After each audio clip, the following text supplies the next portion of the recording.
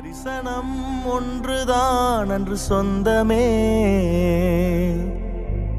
கையில் ஒன்றுமில்லை அன்று என்னிடமே. தரிசனம் ஒன்றுதான் அன்று சொந்தமே, கையில் ஒன்றுமில்லை அன்று என்னிடமே. தரிசனம் தந்தவர் என்னை நடத்தினீர்,